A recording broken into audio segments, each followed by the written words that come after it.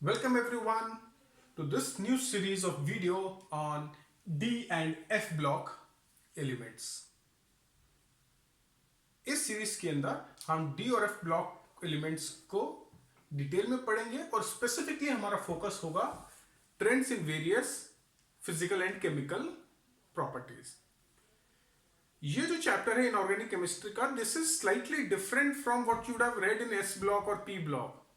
S block P block के अंदर ज्यादा फोकस था कंपाउंड्स पे, उनके केमिकल प्रॉपर्टीज पे, केमिकल रिएक्शंस पे. Whereas in this particular chapter, the focus is more on trends in properties, right? तो हम लोग स्टार्ट करेंगे डी ब्लॉक से and then we will look at lengthenoids and actinoids which are F block elements. तो सबसे पहले let's try and understand कि D block elements होते क्या है. सो बेसिकली जब हम डी ब्लॉक एलिमेंट्स की बात कर रहे हैं, so we are talking about elements which belongs to group 3 to 12. Group 1 to 2 S block होता है, ग्रुप 13 to 18 पी ब्लॉक होता है. So they are between S and P block. और कहीं ना कहीं की केमिकल प्रॉपर्टीज भी एक तरीका ट्रांजिशन शो करती हैं from properties of S block elements towards properties of P block element. तो यही हिस्टोरिकल रीजन था इसको ट्रांजिशन एलिमेंट्स कहने का. But now when we talk about transition elements, उसकी डेफिनेशन स्लाइटली डिफरेंट है, जो कि अभी हम लोग थोड़ी देर बाद देखेंगे. ठीक है. तो D block elements are elements which belongs to group 3 to 12. Another important properties of d block element is that last electron progressively fills up the d orbital. Progressively fills up the d orbital or other n-1 d orbital. ठीक है. यानी अगर हम fourth period की बात करें जहां पर डी ब्लॉक एलिमेंट पहली बार आएंगे, तो फोर्थ पीरियड के अंदर last electron will enter 3d orbital. Fifth period के डी ब्लॉक एलिमेंट के अंदर last electron will enter 4d orbital, so on and so forth. Next important point is that there are 4 series of D block elements.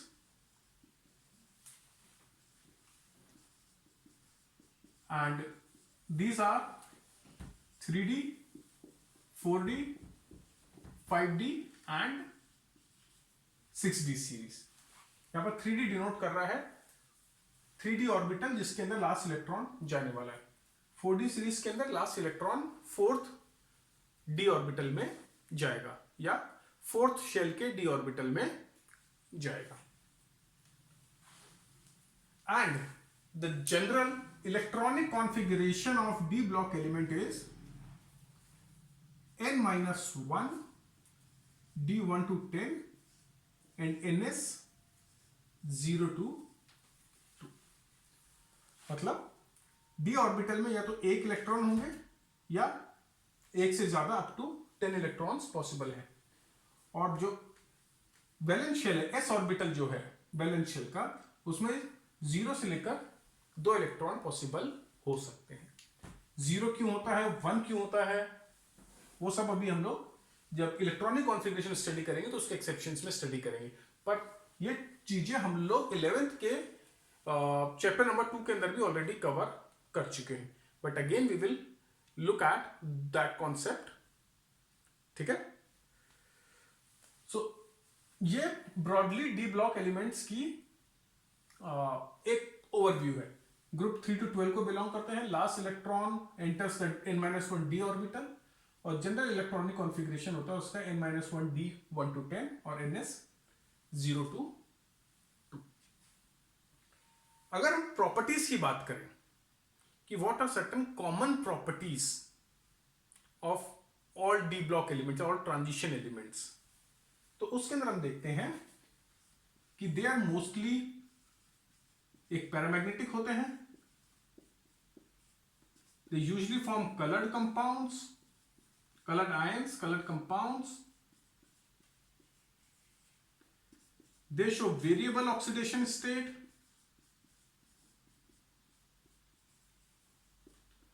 and as you've already studied, they form coordination compounds.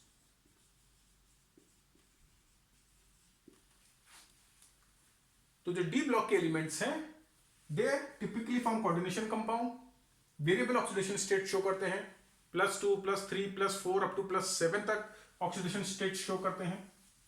Coloured compounds form करते हैं, इनके ions coloured होते हैं, coloured compounds form करते हैं, and usually they are paramagnetic in nature, not always but usually they are paramagnetic in nature elements as well as the compounds formed by them.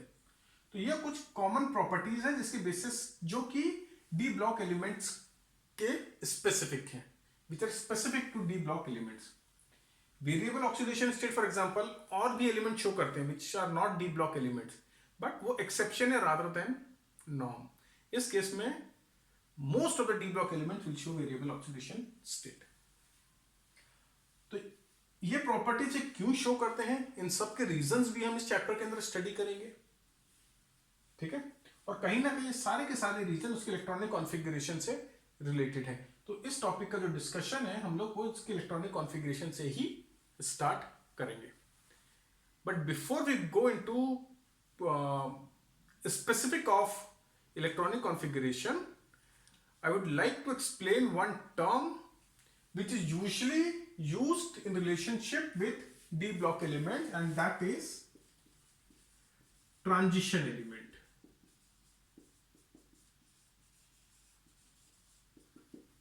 Historically जब हम लोग ने इनको transition elements बोलना शुरू किया था तो उसके पीछे रीजन था कि इनकी जो केमिकल प्रॉपर्टीज और अदर प्रॉपर्टीज होती हैं they are somewhere in between S and P block. तो एक तरीके से ट्रांजिशन है from S to P block.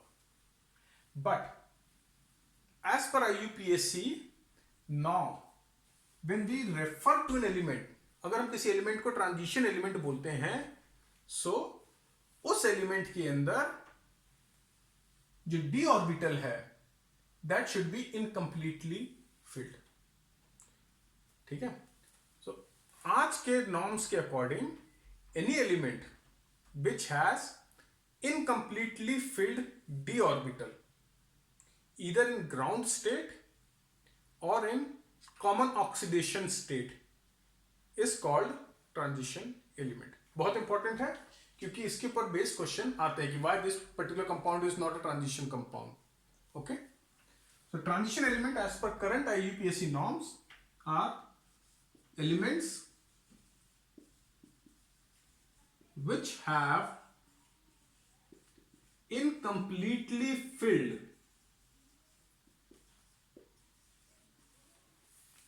d orbital either in ground state or in most common or in common oxidation state। तो इनमें से किसी भी स्टेट के अंदर अगर इनकम्प्लीटली फिल्ड डी ऑर्बिटल है तो उस एलिमेंट को हम ट्रांजिशन एलिमेंट कहते हैं, ठीक है। तो ये तुम्हारा एक इंट्रोडक्शन हो गया टुवर्ड्स डी ब्लॉक एलिमेंट्स। अब हम बेसिकली इनके इलेक्ट्रॉनिक कॉन्फ़िगरेशन स्टडी करेंगे और इलेक्ट्रॉनिक कॉन्फ़िगरेशन स्टडी करने के बाद फिर हम इनके trends in various physical properties and other properties हम लोग स्टडी करना शुरू करेंगे। तो काफी इंटरेस्टिंग टॉपिक है। यूजुअल इनऑर्गेनिक केमिस्ट्री के टॉपिक से मुझे बहुत इंटरेस्टिंग लगता है बिकॉज इसके अंदर मेरे को मेमोराइजिंग इतनी नहीं है जितना कि कंसेप्चुअल अंडरस्टैंडिंग इन चीजों की, ठीक है। काफी स्कोरिंग टॉपिक भी है, तो ठीक है, इसको नोट कर लो and let's start then with the electronic configuration and study of various properties.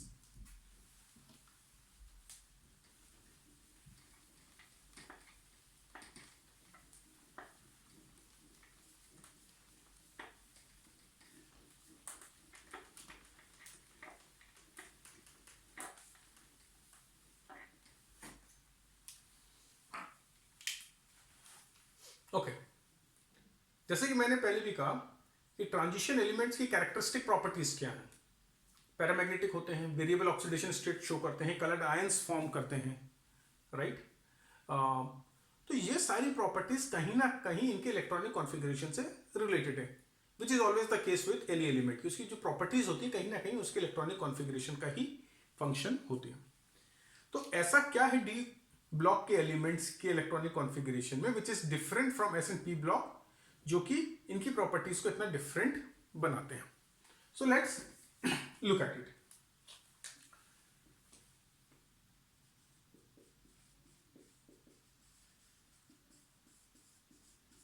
So D block elements basically starts from period, sorry, group 3.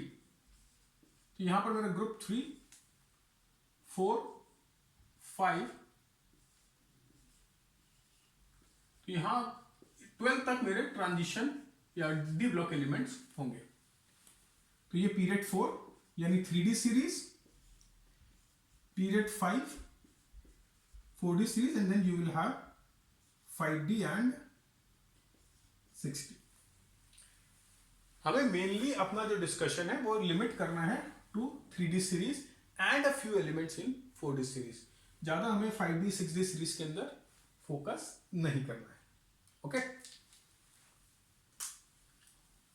तो ग्रुप 3 का जो फर्स्ट एलिमेंट है that is scandium, then you have titanium, vanadium,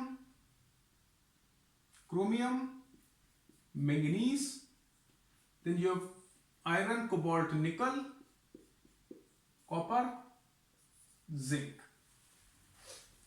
ठीक है, अब मैं 4D series के वही एलिमेंट्स मेंशन करूंगा जो जरूरी है या जिसके ऊपर क्वेश्चन आ सकते हैं, जो तुम्हें पता होने चाहिए। जैसे जिंक के नीचे आता है mercury, then cadmium, copper, silver, gold, and nickel के नीचे आता है पैलेडियम, और क्रोमियम के नीचे मॉलिबेडिनम।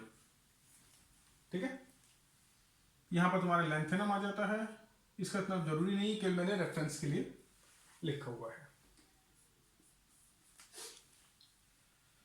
तो ये एलिमेंट्स है तुम्हारे 3D सीरीज में कंप्लीटली पता होनी चाहिए। 4D सीरीज के अंदर मेनली ये 3 एलिमेंट, ये 4 एलिमेंट्स पता होने चाहिए।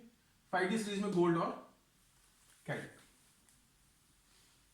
ठीक है, तो ये आपके मेन एलिमेंट्स हैं डी ब्लॉक के अंदर।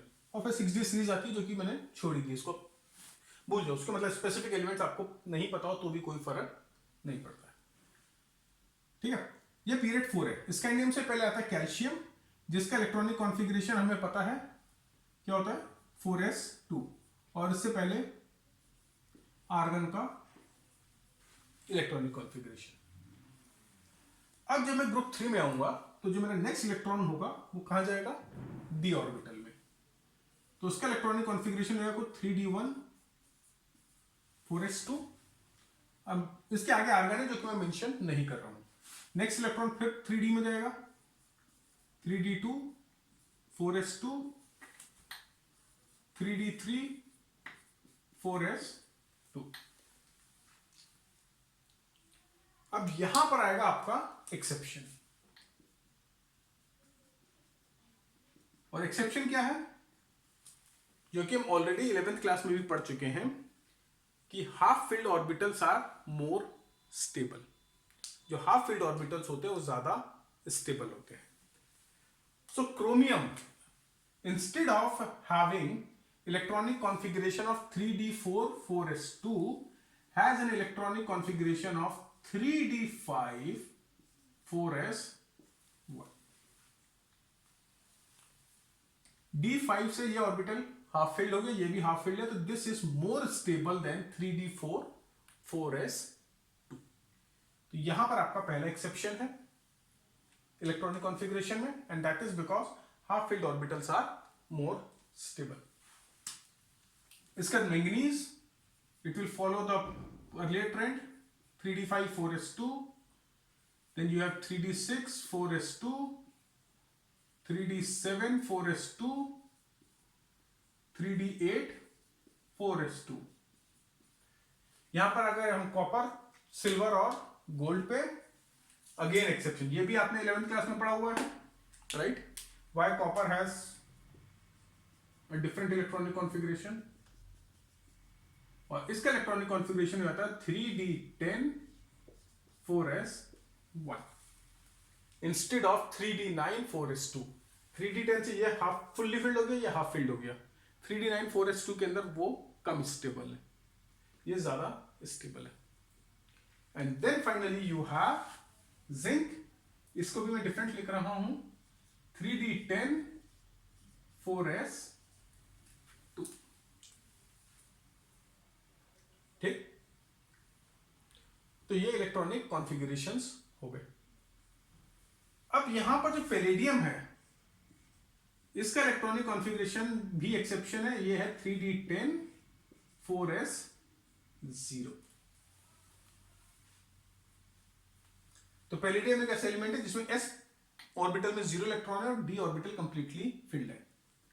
इसके पीछे रीजंस के अंदर बहुत डिटेल में जाने की जरूरत नहीं है, दिस इज मोर स्टेबल, बस इतना ही याद रखो। अब इंपॉर्टेंट चीज है कि ये 3d5 4s1 ऑर्बिटल पॉसिबल क्यों है, क्यों इलेक्ट्रॉन यहां से यहां पर जंप कर पाता है। तो इसके पीछे जो रीजन है, that reason holds true for a lot of properties shown by transition elements, and the reason is that energy difference between n-1 d orbital and ns orbitals is small.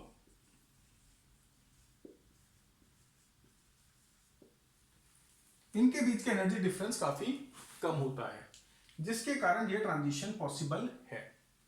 तो detail में मैं ज्यादा नहीं जाऊंगा, but एक चीज explain कर लेता हूं।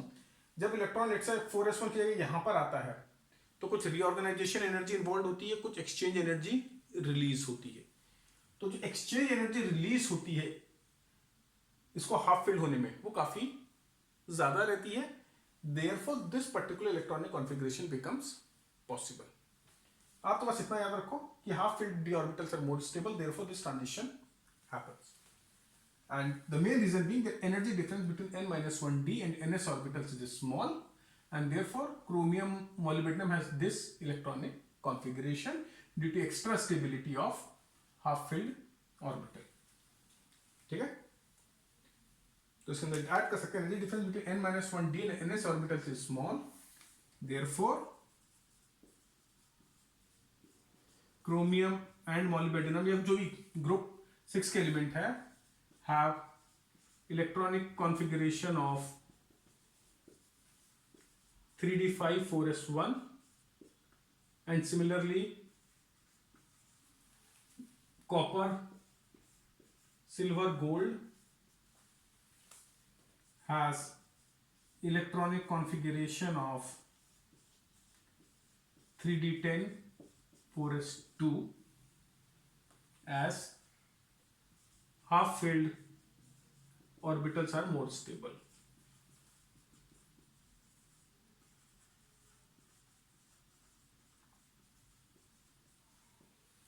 ठीक है? तो क्योंकि हाफ फील्ड ऑर्बिटल ज्यादा स्टेबल होते हैं, इनके बीच में एनर्जी डिफरेंस बहुत कम है, इसलिए ये इलेक्ट्रॉनिक कॉन्फ़िगरेशन पॉसिबल है। So that is one important thing which you should remember.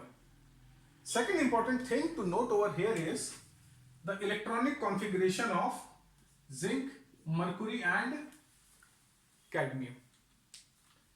अगर इनका इलेक्ट्रॉनिक कॉन्फ़िगरेशन देखोगे, so they have completely filled d orbitals, right? इनके पास completely filled d orbitals है, और इसकी जो कॉमन ऑक्सीडेशन स्टेट है जिंक की या मरकुरी की या कैडमियम की, उन ऑक्सीडेशन स्टेट के अंदर भी d ऑर्बिटल कंप्लीटली फिल्ड रहता है। Therefore zinc, mercury and cadmium are not considered as transition elements, but क्योंकि वो डी ब्लॉक में आ रहे हैं इसलिए उनकी स्टडी एक साथ की जाती है। ठीक है, पहले इसको नोट कर लो, उस पॉइंट को फिर से टच करते हैं।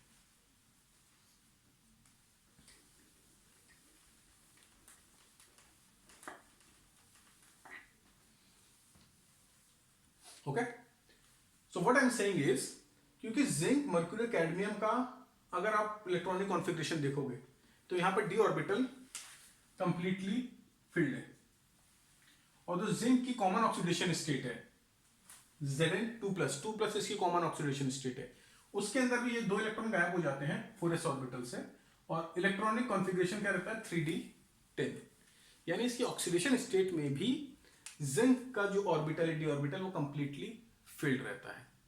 Same is the case with mercury, same is the case with cadmium, and therefore these elements are not considered as transition element. ठीक है, so zinc, cadmium and mercury are not transition elements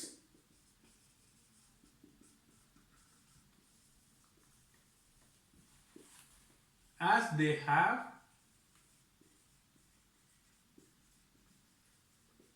completely filled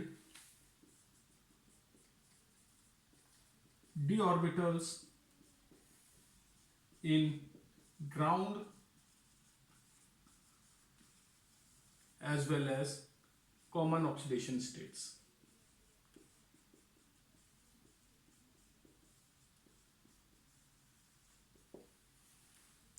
ठीक है, तो ये आपको पता होना चाहिए कि जिंक, मर्क्यूरी, कैडमियम को हम ट्रांजिशन एलिमेंट्स क्यों नहीं कहते. तो अब इमीडिएटली आपके दिमाग में ये क्वेश्चन आना चाहिए कि यहां पर भी कंप्लीटली फिल्ड डी ऑर्बिटल है. Similarly copper, silver and gold, they also have completely filled d orbitals, but फिर भी हम इनको ट्रांजिशन एलिमेंट्स बोलते हैं. क्यों? तो रीजन सिंपल है, क्योंकि मैं यहां पर किस चीज की बात कर रहा हूं, ग्राउंड स्टेट और कॉमन ऑक्सीडेशन स्टेट. तो जैसे कॉपर की कॉमन ऑक्सीडेशन स्टेट क्या है, +2. तो अगर कॉपर +2 स्टेट में है तो उसका इलेक्ट्रॉनिक कॉन्फ़िगरेशन क्या हो जाएगा. एक चीज याद रखो, इलेक्ट्रॉन हमेशा जब हम फिल करते हैं तो पहले 4s फिल होता है और फिर 3d फिल होता है, लेकिन एक बार इलेक्ट्रॉन्स फिल हो चुके हैं तो जब आयनाइज होते हैं तो उसके अंदर 4s से इलेक्ट्रॉन पहले रिमूव होगा और उसके बाद 3d से एनर्जी रीऑर्गेनाइजेशन होता है. सो आयनाइजेशन के टाइम इलेक्ट्रॉन हमेशा 4s ऑर्बिटल से जाएगा, नॉट फ्रॉम 3d ऑर्बिटल. तो अगर कॉपर की +2 ऑक्सीडेशन स्टेट है तो उसमें 2 इलेक्ट्रॉन जाएंगे, तो एक तो 4s से चला जाएगा, दूसरा कहां से जाएगा, d से. तो उसका इलेक्ट्रॉनिक कॉन्फ़िगरेशन हो जाएगा 3d9 4s 0. तो यहां पर इनकम्प्लीटली फिल्ड d ऑर्बिटल है. सिमिलरली सिल्वर की कॉमन ऑक्सीडेशन स्टेट एक +1 है, but it also shows +2 oxidation state. तो सिमिलरली सिल्वर की +2 ऑक्सीडेशन स्टेट में भी उसका इलेक्ट्रॉनिक कॉन्फ़िगरेशन हो जाएगा 4d9 और 5s 0. So therefore they are considered as transition element. तो यहां पर लिख सकते हो copper and silver, though they have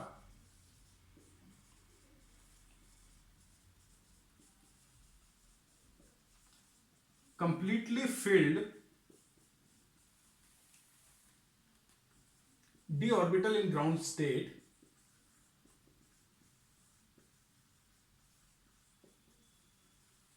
but in their +2 oxidation state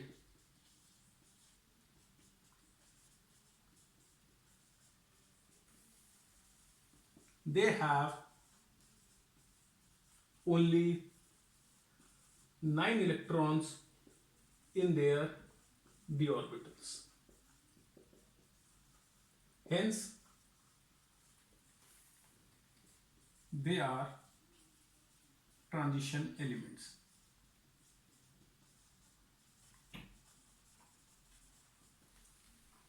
ठीक है, तो ये कई बार क्वेश्चन इस तरह के एग्जाम में पूछे जाते हैं. तो आपको पता होना चाहिए कि कॉपर और सिल्वर की ऑक्सीडेशन स्टेट जो +2 है उसके अंदर they will have incomplete D orbital, therefore they are considered transition element. और जिंक, मर्क्यूरी, कैडमियम की किसी भी ऑक्सीडेशन स्टेट के अंदर डी ऑर्बिटल फिल्ड ही रहता है, कंप्लीटली फिल्ड, इसलिए they are not considered as transition elements. ठीक है, तो ये कोई important point about the electronic configuration. इसको नोट कर लो और थोड़ा सा डिस्कशन और करेंगे आज की क्लास के अंदर ऑन द लैटिस स्ट्रक्चर, और उसके बाद सारी प्रॉपर्टीज का डिस्कशन हम लोग नेक्स्ट वीडियो के अंदर करेंगे। इसको नोट करो आप लोग।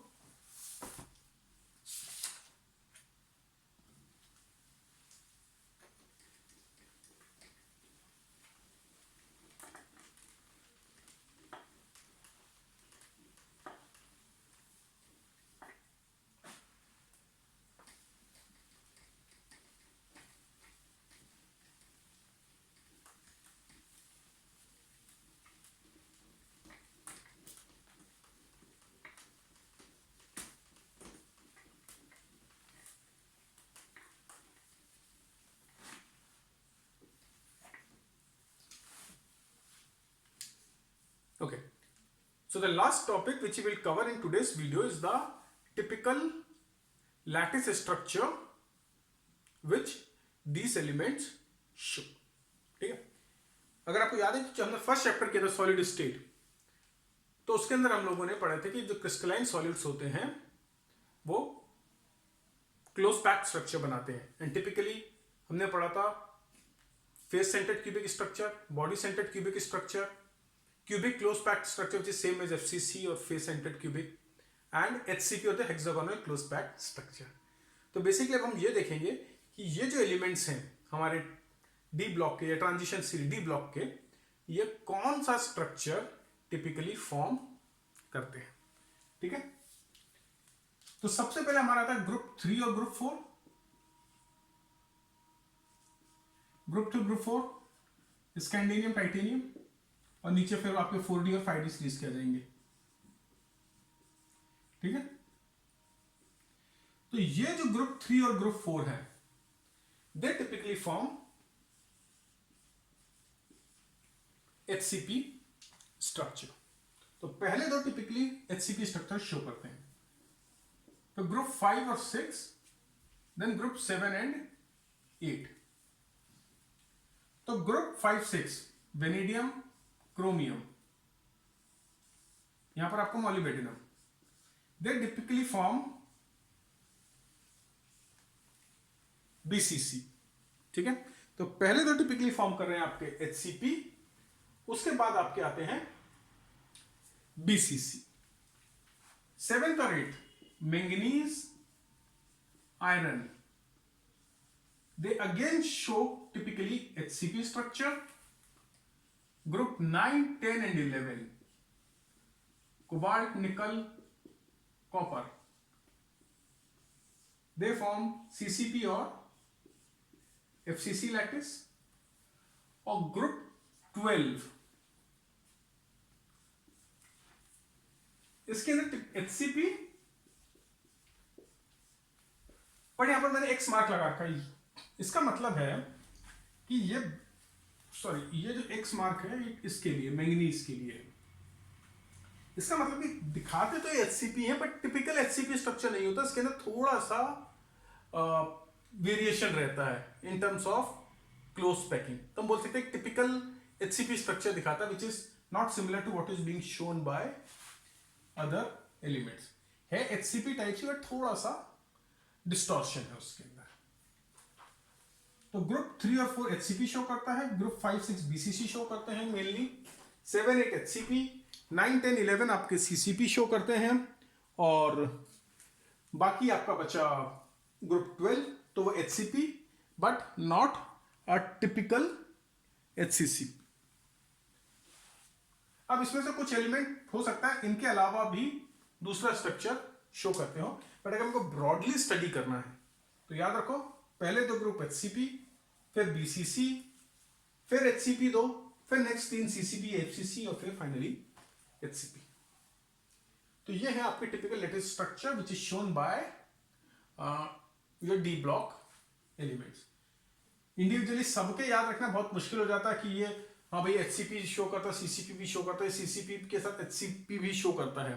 उतना डिटेल में आपको याद रखने की जरूरत नहीं है, बट ब्रॉडली याद रखो पहले दो HCP, नेक्स्ट दो BCC, नेक्स्ट दो वापस HCP, नेक्स्ट 3 CCP, और फाइनली HCP या X। तो नेक्स्ट चीज जो हम इसके अंदर स्ट्रक्चर में पढ़ेंगे वो है बेसिकली कि इसके अंदर जो मेटेलिक बॉन्डिंग होती है, किसी भी मेटल के अंदर क्या होती है, मेटेलिक बॉन्डिंग होती है। तो किसके अंदर मेटेलिक बॉन्डिंग स्ट्रांग है, किसके अंदर मेटेलिक बॉन्डिंग वीक है। स्ट्रांग है तो क्यों है, वीक है तो क्यों है, और उसका impact melting point, boiling point, hardness, enthalpy of atomisation, इन सब पर क्या पड़ता है। बट ये सारी चीजें हम लोग डिस्कस करेंगे अपने नेक्स्ट वीडियो के अंदर। तो आज का जो वीडियो था वो एक इंट्रोडक्टरी वीडियो था, उसके अंदर आपको मैंने ब्रीफ ओवरव्यू दिया है डी ब्लॉक एलिमेंट्स का, उसका इलेक्ट्रॉनिक कॉन्फ़िगरेशन स्टडी करे हैं, उसके एक्सेप्शंस स्टडी करे हैं, और ब्रीफली हमने टच किया है lattice structure in which these elements exist. I hope आपको मजा आया होगा आज की वीडियो के अंदर। ये पूरा अपना टॉपिक बहुत इंटरेस्टिंग है, मतलब मेरे को इंटरेस्टिंग इसलिए लगता है कि बाकी इनऑर्गेनिक केमिस्ट्री के चैप्टर्स से बहुत डिफरेंट है। बाकी इनऑर्गेनिक केमिस्ट्री के चैप्टर्स में जनरली स्टूडेंट्स को कंप्लेंट होती है कि सर इसके अंदर बहुत रखना पड़ता है, बहुत मेमोराइज करना पड़ता है। इसके अंदर इतना मेमोराइज करने की जरूरत है ही नहीं। ये आपको बहुत ही कंसेप्चुअल चैप्टर है, आपको इलेक्ट्रॉनिक कॉन्फ़िगरेशन पता होनी चाहिए, उसके बाद तो आप सारी चीजें खुद से एक्सप्लेन कर सकते हो, लॉजिकली एक्सप्लेन कर सकते हो। तो आगे की जैसे हम वीडियोस देखेंगे, जब हम चीजें डिस्कस करेंगे, तो I am sure you will appreciate these points. ठीक है, तो आज की वीडियो को हम यहीं फिनिश करते हैं।